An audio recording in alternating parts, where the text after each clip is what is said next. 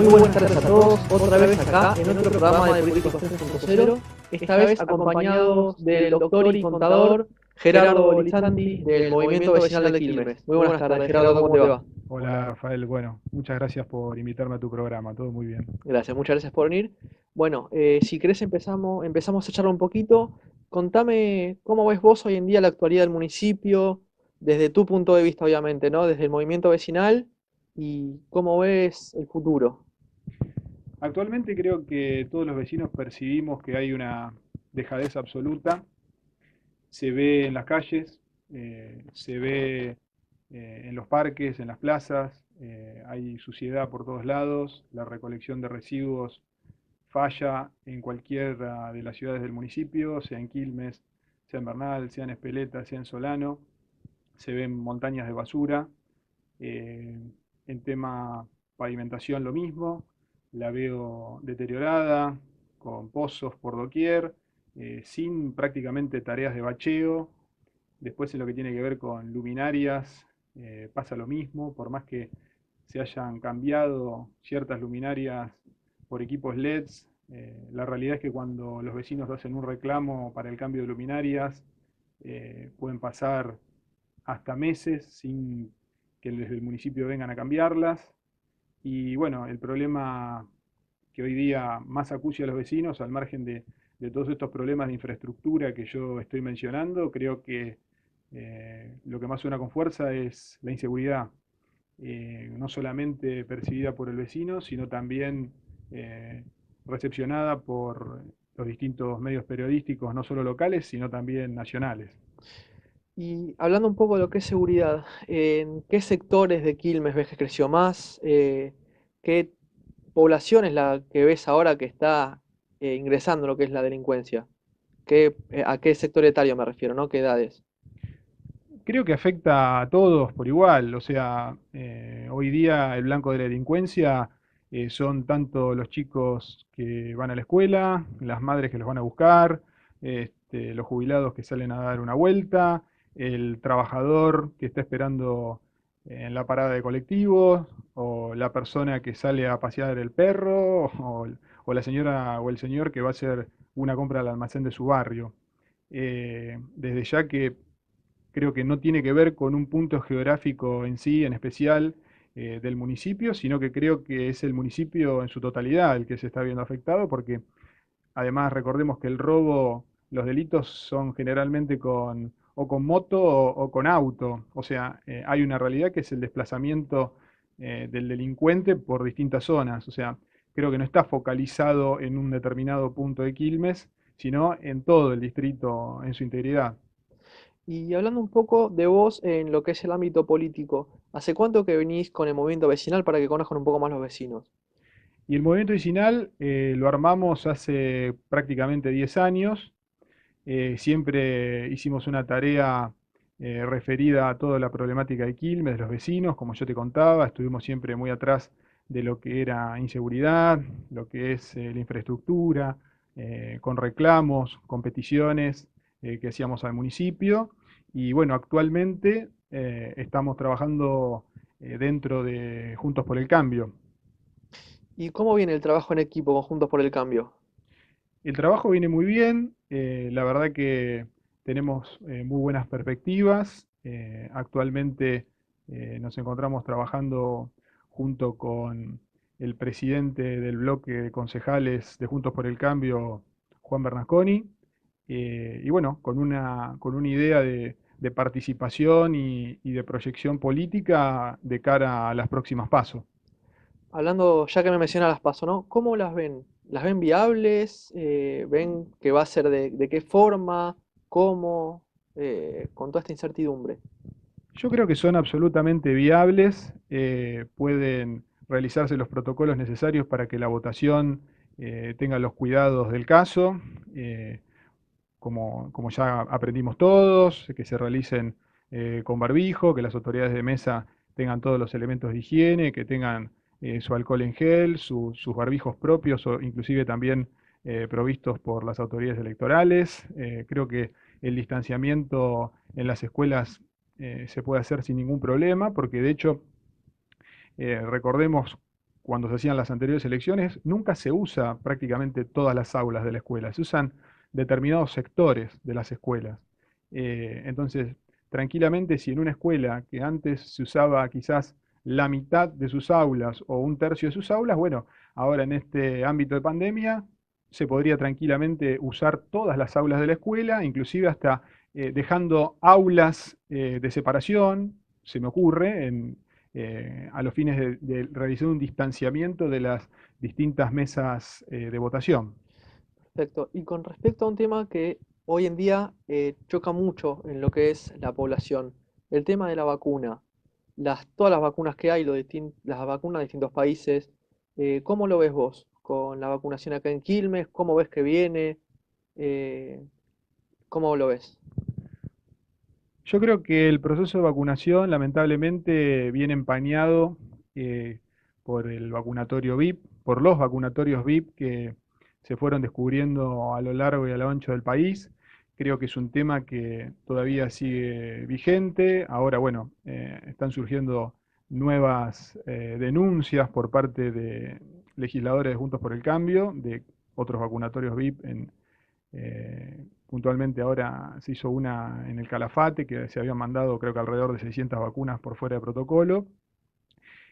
Con lo cual, la verdad que veo que la campaña de vacunación por parte del gobierno nacional ha sido bastante desprolija en ese sentido y la veo también muy lenta.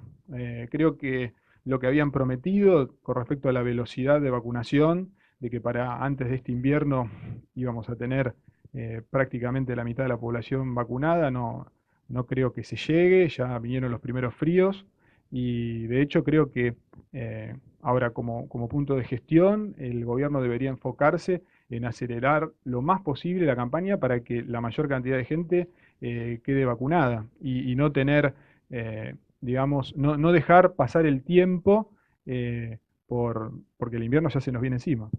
Y con respecto a los dichos de la ministra de Salud, de la aplicación de la segunda dosis, de una no aplicación a la segunda dosis, ¿qué tenés para acotar al respecto? La verdad yo no soy médico, pero si la vacuna dentro de sus previsiones decía que se tenían que dar dos dosis, bueno, habrá que dar las dos dosis, por más que desde la política se opine otra cosa. Si esta vacuna, u otras vacunas que puedan traer, hay que dar dos dosis, bueno, tendrán que darse dos dosis para que tenga efectividad la vacuna. Y si hay otras vacunas que hay que dar una sola dosis, se tendrá que dar una sola dosis y no dos. Tendrá que ver más con una cuestión ya de tipo sanitaria y no tanto política. Si digamos, el laboratorio que ha creado la vacuna dice que hay que dar dos dosis para que sea efectiva, bueno, habrá que dar dos dosis, no una porque no hay vacunas. Y con respecto a tu rubro, uno de tus rubros, en realidad la economía, ¿cómo ves el futuro económico del país de acá a fin de año? La verdad que lo veo con preocupación porque el gobierno, lejos de ayudar a la pequeña y mediana empresa, parece hacer todo lo contrario. Inclusive ahora se estaba hablando de que va a haber un aumento de la alícuota del impuesto a las ganancias, que pasaría para las empresas, digo, del 30 al 35% para la mayor parte de las empresas. No veo que haya medidas de fomento específicas. Lo único que vi, que fue más que nada una cuestión de emergencia, fueron los ATP y los REPRO, pero no veo medidas concretas de fomento a la industria. Y cuando hablo de la industria no hablo de la gran industria, sino que hablo de las pequeñas y medianas empresas, de los comercios, de los profesionales. Basta recorrer, por ejemplo, en nuestro municipio la cantidad de locales que han cerrado, que han bajado sus persianas definitivamente, cientos de nuevos locales en el centro de Quilmes, en el centro de Bernal y en el centro de Espeleta y de San Francisco Solano, con carteles de alquiler que antes era algo impensado. Ahora, y con respecto a algo que me estás diciendo vos de la cantidad de persianas cerradas, ¿cómo es vos a los chicos que están empezando a emprender, a poner su local, haciendo su esfuerzo? ¿Cómo ves el futuro de esos chicos hoy en día? Creo que está muy complicado desde el punto de vista que te dije antes, que no veo medidas de fomento puntuales para los microemprendedores. Eh, de hecho, es muy difícil poder iniciar una actividad, es muy complejo el sistema tributario y muy costoso. Además, encarar algo para poder organizarse desde el punto de vista impositivo y contable. Y cuando hablo de costos, hablo exclusivamente de los costos impositivos.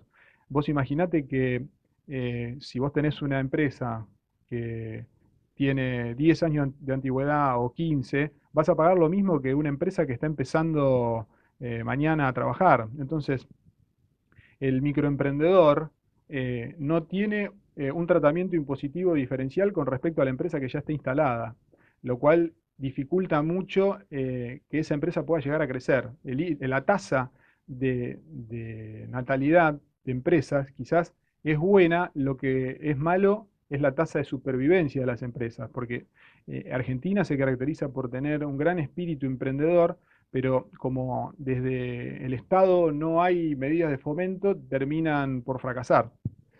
Ahora, y de acá a un futuro, ¿a quiénes ves como potenciales presidentes de Juntos por el Cambio?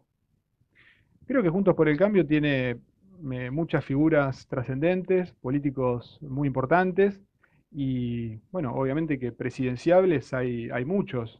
Puede ser Rodríguez Larreta, puede ser un presidenciable, Patricia Burrich puede ser un presidenciable, Mauricio Macri tranquilamente puede volver a querer intentar volver a ser presidente. Digo, después dentro del radicalismo, Cornejo es una figura trascendente también que puede llegar a pelear un espacio. Creo que Juntos por el Cambio tiene muchos potenciales candidatos a presidente y bueno, después eso veremos en el 2023 qué pasa, si se dirime en una gran interna o surge un candidato de consenso. Obvio. Y para ir cerrando, Gerardo, ustedes acá como partido vecinal, ¿qué es la propuesta que tienen para ayudar al vecino a salir adelante en este momento de crisis tan profunda? Nosotros, te hago una pequeña corrección, no nos llegamos a constituir como partido vecinal, somos una agrupación política. Y bueno, dentro de esa agrupación política hemos dado nuestro aporte y nuestras ideas al bloque de concejales de Juntos por el Cambio. Recordemos que estas son elecciones legislativas, se han presentado diferentes proyectos para eximir de la tasa municipal a los comercios afectados por la pandemia, medidas de alivio para estos comercios con eximiciones y exenciones. eh, pero bueno, ya te digo, desde el Consejo Liberante no se pueden iniciar o encarar cuestiones de tipo ejecutivo, eso le corresponde al Poder Ejecutivo Municipal. Sin embargo, obviamente desde el bloque Juntos por el Cambio estuvo muy activo como para elaborar este tipo de propuestas, para defender al pequeño comerciante y al pequeño industrial de Quilmes, que bueno, lamentablemente no han tenido recepción por parte del gobierno municipal. ¿Y ustedes, la agrupación, tuvo alguna respuesta del gobierno municipal? Nosotros trabajamos dentro de Juntos por el Cambio, o sea, si bien hemos hecho diversas peticiones, siempre las encaramos a través de la fuerza de la cual formamos parte, porque obviamente no tenemos, al no ser partido, y no tenemos ni concejales ni consejeros escolares propios en ninguno de los dos recintos. ¿Y esperan llegar a tenerlos en un futuro no muy lejano? La idea nuestra es poder participar dentro de la interna de Juntos por el Cambio en estas PASO. Tenemos la vocación política y la vocación ciudadana de participar y bueno, ojalá que haya PASO y como te decía, nuestra intención es poder disputar un lugar dentro de alguna de las listas de Juntos por el Cambio. Muchísimas gracias, Gerardo. Muchas gracias a vos por todo.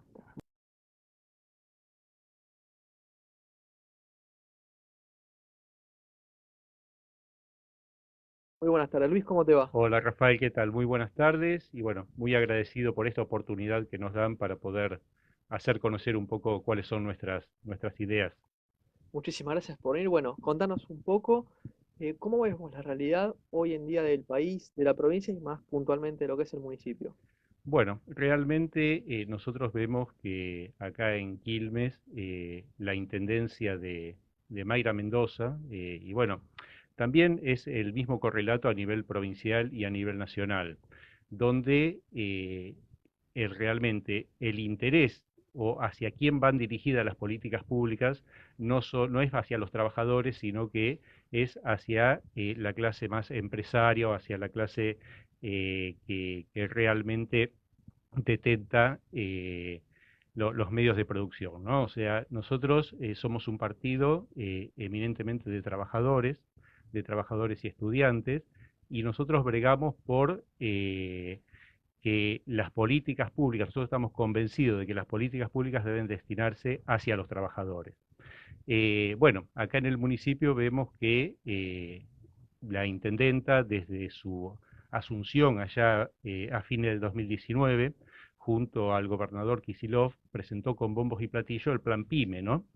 Y el plan PYME no es ni más ni menos que destinar recursos hacia los empresarios, que bien pueden ser empresarios pequeños y medianos, pero no dejan de ser empresarios, y se sirven del trabajo obrero, ¿no? Nosotros entendemos que un gobierno que se dice popular debe orientar sus políticas públicas hacia el desarrollo de la clase trabajadora. Por ejemplo, acá en Quilmes tenemos una experiencia muy rica, muy viva, de trabajadores que allá a mediados del 2019, todavía gobernaba Macri a nivel nacional y Molina acá en Quilmes. Estoy hablando de los trabajadores de la ex Ansabo, una papelera que se sitúa en la Florida, en Quilmes Oeste, donde el empresario ahí hizo abandono por distintos motivos, que no le cerraban los números. Bueno, el empresario dejó la fábrica y los trabajadores abandonados a su suerte.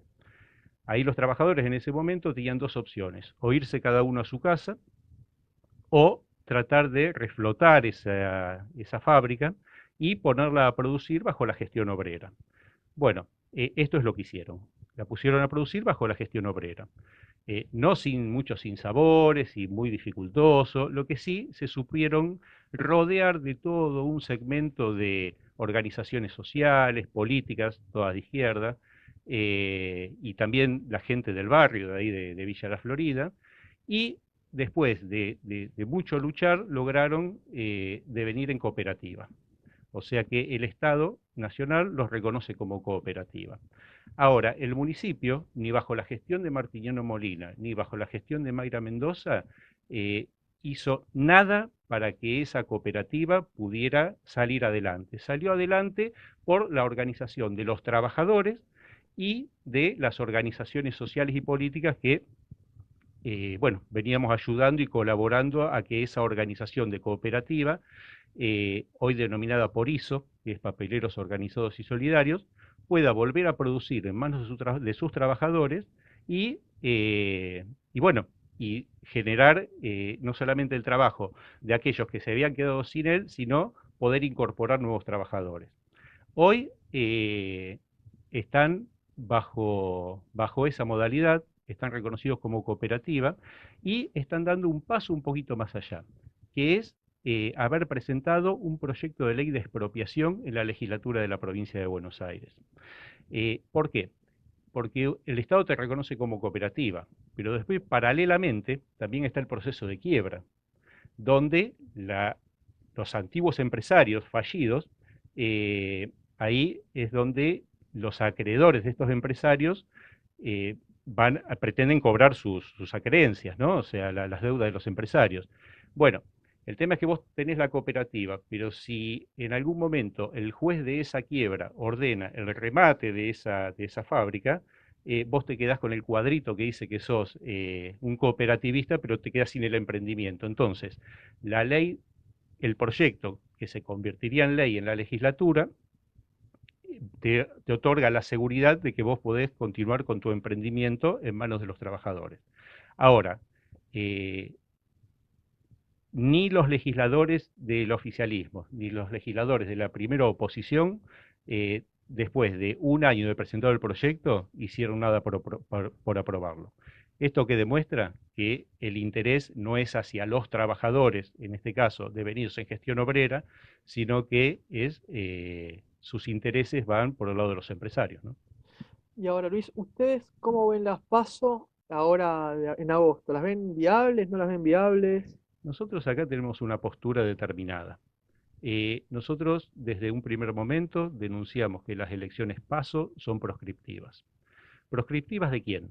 Proscriptivas de todas aquellas fuerzas que no alcanzan un piso electoral designado arbitrariamente por el partido gobernante. Entonces, ¿qué son las PASO? Las PASO son elecciones donde se determinan candidaturas. O sea, los partidos mayoritarios dirimen sus candidaturas y te llaman a vos a competir en esa elección donde expresiones como la nuestra tenemos otros métodos para decidir nuestras candidaturas. Métodos democráticos de base, y bueno, te mandan a competir en esa elección, y no solamente que competís por nada, sino que corres el riesgo de quedarte afuera porque no alcanzás un piso electoral que estas fuerzas mayoritarias disponen. ¿Cuál es la verdad de todo esto? Es que todos esos votos de aquellas fuerzas que no llegan a ese piso, después los partidos mayoritarios tratan de captarlos, ¿no? Entonces, nosotros decimos que por estos motivos, nosotros decimos que las elecciones PASO son proscriptivas, o sea, más allá de que este año se plantee suspenderlas por motivos sanitarios, nosotros entendemos que no tienen razón de ser, que es una erogación millonaria de dinero, y que debería existir una sola elección donde no solamente se diriman candidatos, sino los cargos directamente, y donde vayamos todos en un pie de igualdad a discutir política en una sola elección. ¿Por qué? Porque en las elecciones PASO no se discute política, ahí se discuten candidaturas. Entonces, nosotros lo que queremos es ir en un pie de igualdad con todos los otros partidos y fuerzas políticas a debatir y discutir pensamientos e ideas políticas en un pie de igualdad a elecciones generales. Y ahora, para que la gente sepa un poco cómo son las elecciones en el Nuevo Más, las internas en el Nuevo Más.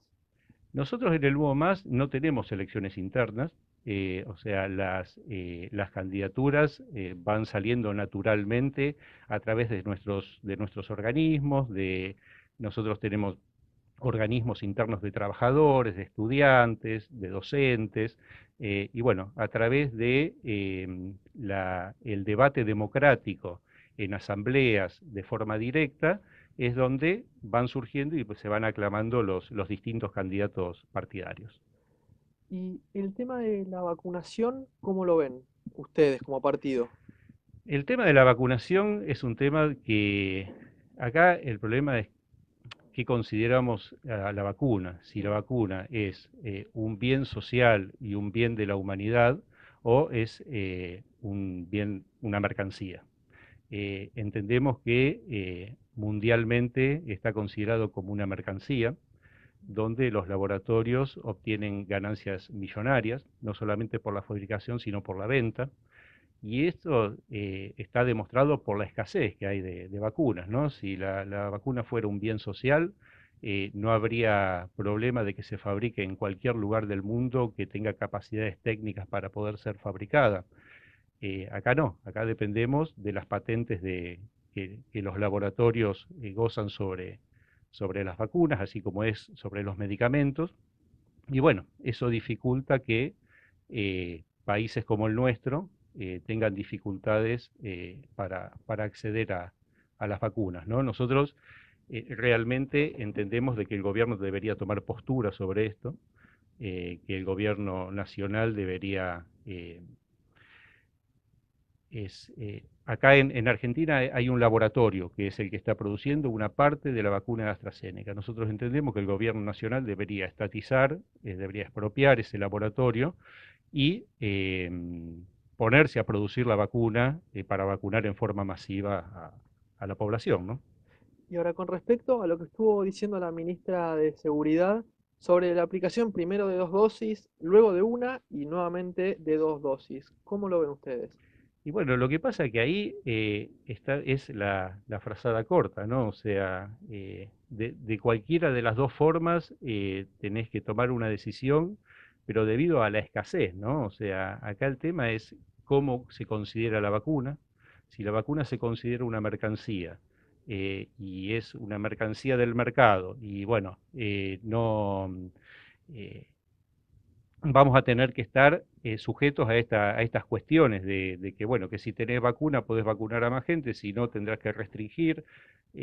Son cuestiones eh, bueno, que son a lo mejor técnicamente médicas, pero que la población hoy por hoy está sujeta a acceder o no acceder a las vacunas. Me parece que acá se necesita una decisión política que deje de considerar a las vacunas como mercancía y poder que haya un acceso masivo a las vacunas, ¿no?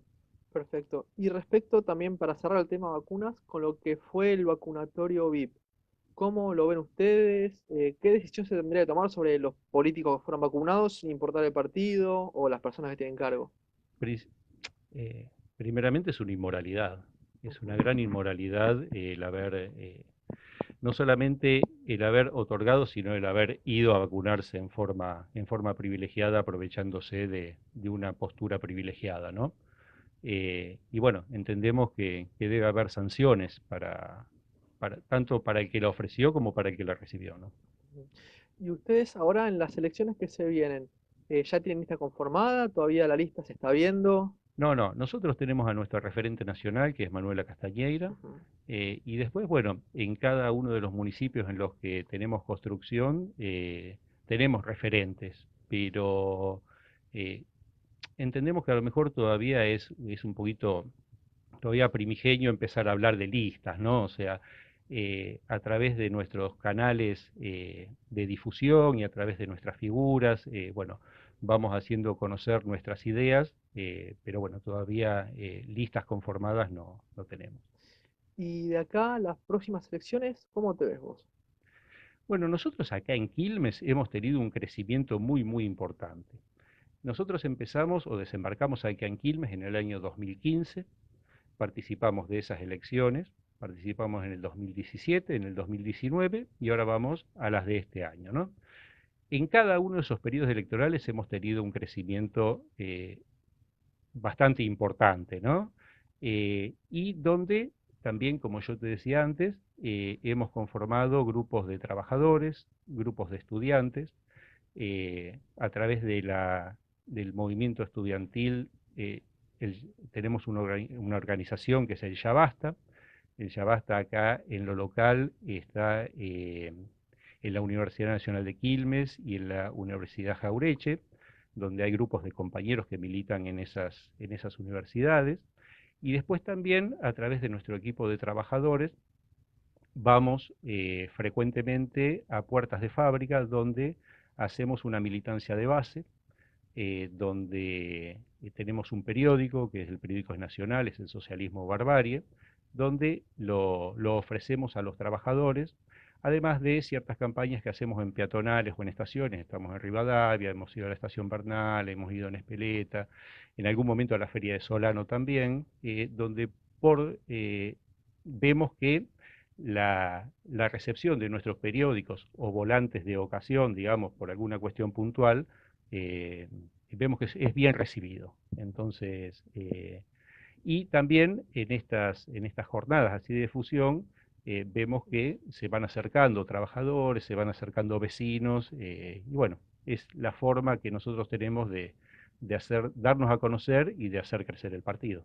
Y ahora ya que me estás hablando del crecimiento del Nuevo Más, también te quería consultar sobre el crecimiento que está teniendo el partido que es totalmente opuesto a ustedes, que es el liberalismo o el Partido Libertario.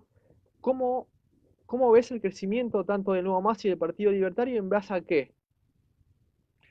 Realmente yo te puedo hablar de lo que más conozco, que es el partido nuestro, y es en base a que eh, vemos que hay un sector de la sociedad que va viendo que los modelos tradicionales van quedando caducos, donde los partidos tradicionales, que nosotros llamamos patronales, como te decía al principio, enfocan sus políticas públicas en favor de sectores empresarios o sectores de clases más altas, dejando a los trabajadores y a las clases populares libradas a su suerte, donde muchas veces las clases populares sirven para ir a, ir a recoger votos. Esos partidos recogen votos en épocas de campañas electorales, pero después las políticas no se ven en las barriadas populares, y la expresión, o sea, expresiones como la nuestra, el Nuevo Más, nosotros lo que decimos lo hacemos,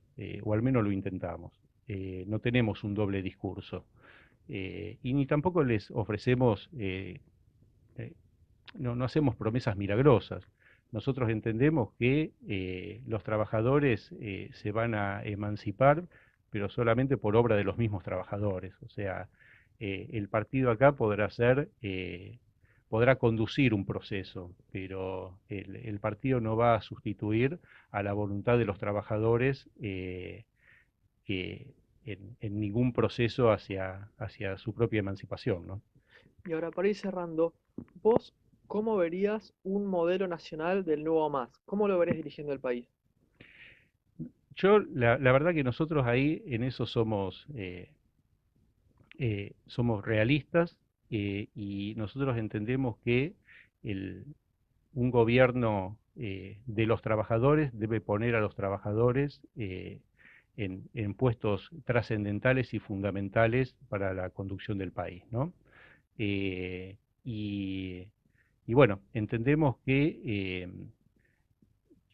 que cualquier trabajador que dirige su propia economía y que dirige a su propio proyecto, puede, en conjunto con otros trabajadores, llevar adelante las políticas públicas que hacen que desde abajo hacia arriba, poder desarrollarlas para llevar adelante un proyecto, ¿no? De municipio, de provincia o de país. Muchísimas gracias, Luis. Y bueno, también muchísimas gracias a ustedes por acompañarnos en otra emisión de lo que fue Políticos 3.0. Hasta pronto.